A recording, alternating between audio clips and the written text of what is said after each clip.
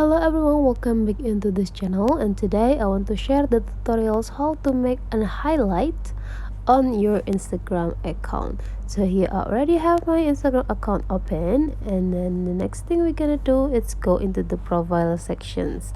And after we are generated into our profile, you can see that in this way or in this side there is like several circles. This is where your highlights belong to be. So how to create an highlights? You just need to click one plus button here with the new title, and then after that you just need to choose every story that you want to keep on your profile.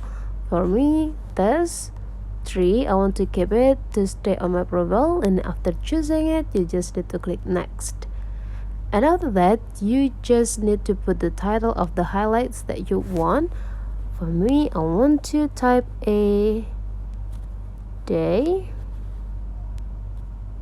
And after you finish by deciding the title, now click add. And you already have an highlight on your profile. That's all for today's tutorial. Thank you for watching. Don't forget to leave some comment, like, and subscribe.